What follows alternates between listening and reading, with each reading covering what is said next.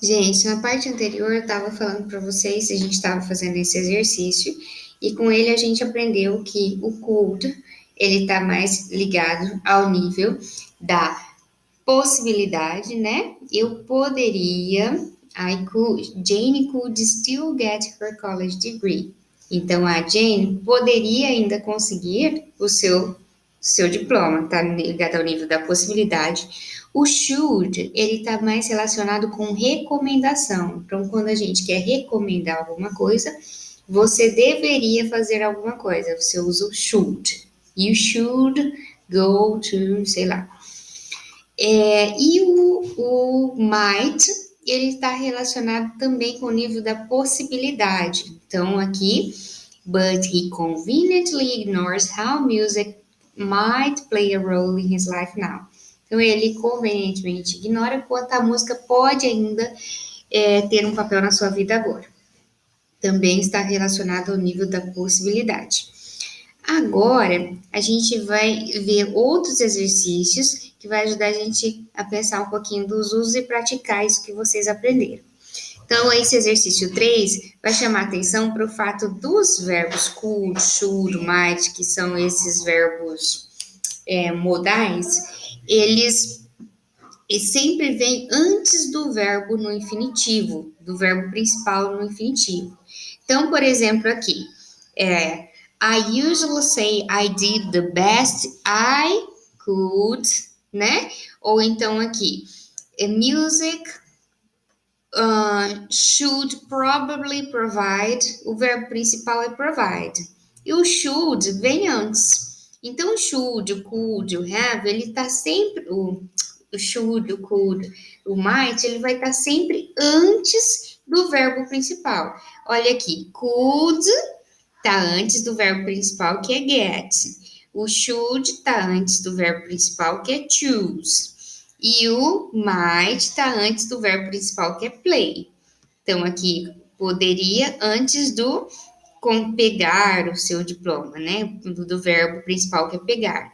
O should, que é o deveria, está antes do choose, que é escolher. E o might, que é o poderia, está antes do play, que poderia ter um papel, né? O play significa jogar, mas nesse contexto eu acho que ele está mais para ter um papel importante na sua vida.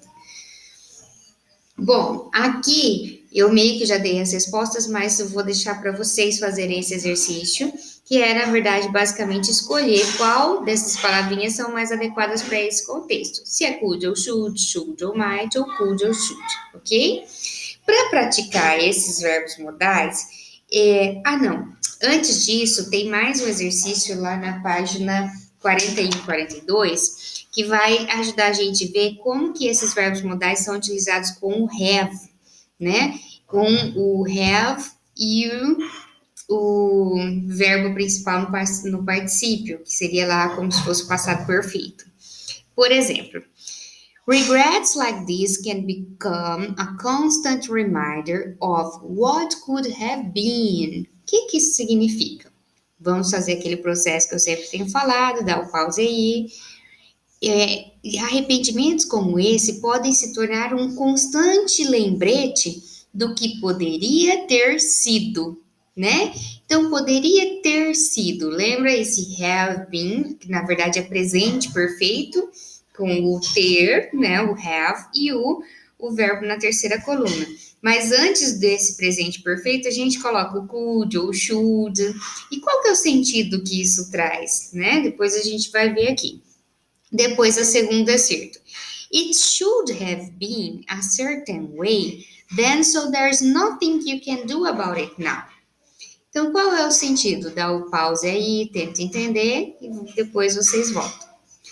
Deveria ter havido, né, uma certa forma, um certo modo, naquele momento. Então, não tem mais nada que você pode fazer agora. E agora, o último, mesma coisa, mesmo processo. Rick imagines that he might have become a musician. Dá o pause, repete, tenta entender. Então, o Rick imagina